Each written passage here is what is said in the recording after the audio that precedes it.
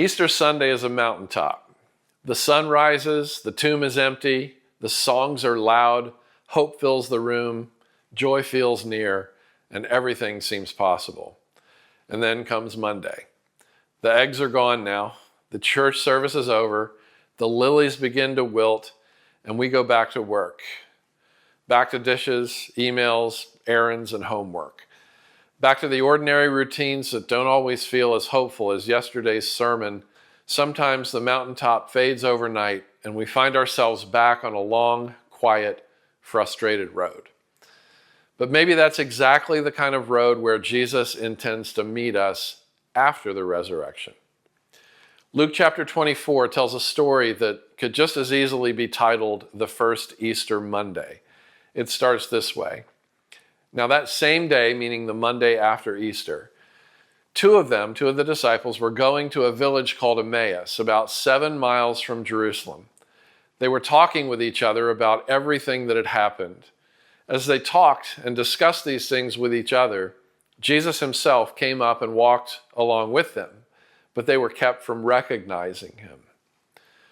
Okay, so these two disciples, named Cleopas and another unnamed companion, are heading home. Their heads are down, their hearts are heavy.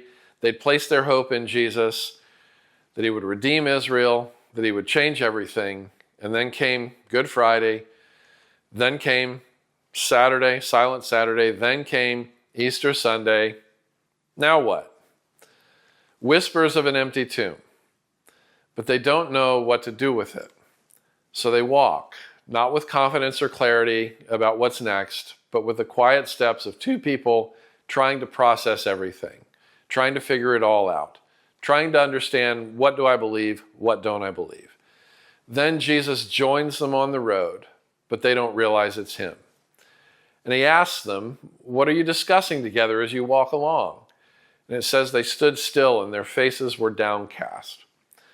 It's a scene that many of us can relate to. They're talking about Jesus with Jesus and don't even realize it.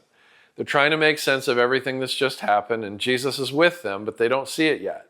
So he walks with them, he listens, he asks questions, he lets them talk, he lets them get it out, he lets them feel their emotions fully.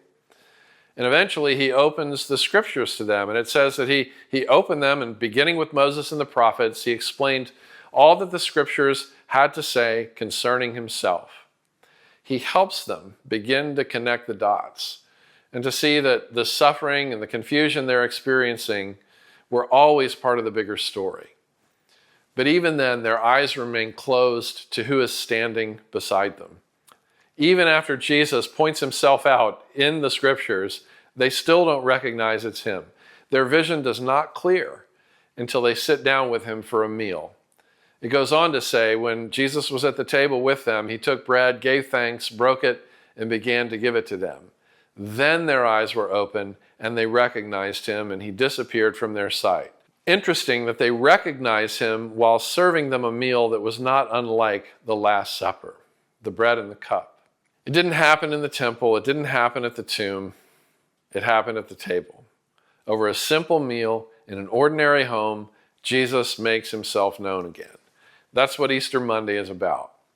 It's for people who walk ordinary roads, who feel more tired than inspired, who are still trying to understand what resurrection means after all the music fades. It's for people whose faith is real, but a little bit disoriented.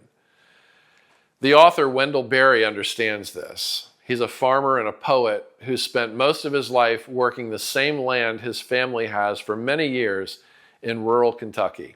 No spotlight, no platform, just a slow, faithful life of planting, tending, and waiting. Barry once wrote, "It may be that when we no longer know what to do, we've come to our real work. And that when we no longer know which way to go, we've begun our real journey."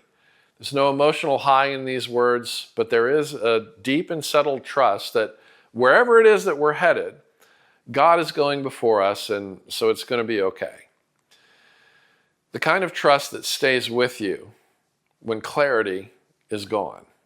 Because one thing is clear, who God is, who Jesus is, and the fact that Jesus has died, he has been buried, he has risen from the dead, and he will come again. It's the kind of faith that walks 7 miles home after your world has fallen apart, just like these two men are on the road of Emmaus. This is resurrection life as it plays out in the real world. Not just in moments of celebration and splendor, but in the patient tending of relationships, the repetition of prayer, the work of loving people over time. Barry's vision of hope is more like the slow thaw of winter than a burst of spring. It's gradual and it's real. And when you know what to look for, you begin to see it yourself. The Emmaus Road reminds us that Jesus doesn't scold the disciples for their confusion. He walks with them until they can see again. Eventually, one of those men on the road to Emmaus says to the other, "Were not our hearts burning within us while he talked with us on the road and opened the scriptures to us?" That's Luke 24:32. They didn't recognize him at the time, but something was happening inside them nonetheless. Pastor and author Eugene Peterson once said, "The assumption of spirituality is that always God is doing something before I know it. So the task is not to get God to do something I think needs to be done, but to become aware of what God is doing so that I can respond to it and participate and take delight in it." That's the invitation of Easter Monday, to open our eyes again to what God is already up to and participate with it. To notice where Jesus might be walking alongside us, even if we can't quite see him clearly yet. To pay attention to the road we're on, and to trust that even the ordinary parts of life are sacred when he is in them with us, which is always. It's like watching a tree in early spring. There are no flowers yet and no fruit. The branches still look bare. But if you look closely enough, you'll see buds beginning to form. No big announcements, no sudden change, just slow, steady life working its way outward from the wood. That's resurrection in real time. Not just angels and empty tombs, but bread broken at dinner time. Long walks and honest questions. Hope that returns like leaves after winter. So what does Easter Monday mean for you? It means you don't have to keep recreating Sunday's spiritual and emotional high in order to keep walking with Jesus. It means that your emails, your meetings, your errands, your family life, the drudgery of it all, when you get the flu, none of it is a distraction from your faith. It's actually the place where your faith is most deeply formed. The risen Jesus is not limited to big emotional moments. He's present in the quieter ones. He's present at your table, on your morning walk, at your desk, in your classroom, in the laughter of a friend, in a conversation that matters, in the next small act of kindness, in your next doctor's visit. He's with you on your road to Emmaus. Even if, like those two disciples, your face is downcast, even if your heart is confused, even if your hope feels slow in returning to you, keep walking, keep asking, keep listening, keep showing up to the table. Because one day soon, your eyes will be opened by the King of Kings and Lord of Lords who has risen from the dead. And when they do, you will see that he has been with you the whole time. This is the meaning of Easter Monday. Not the end of resurrection, but the beginning of walking forward in every part of your life in light of the resurrection. Step by step, day by day, all the way home.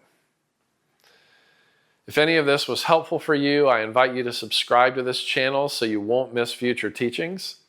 Also, please share it with friends or family that you think could benefit from it.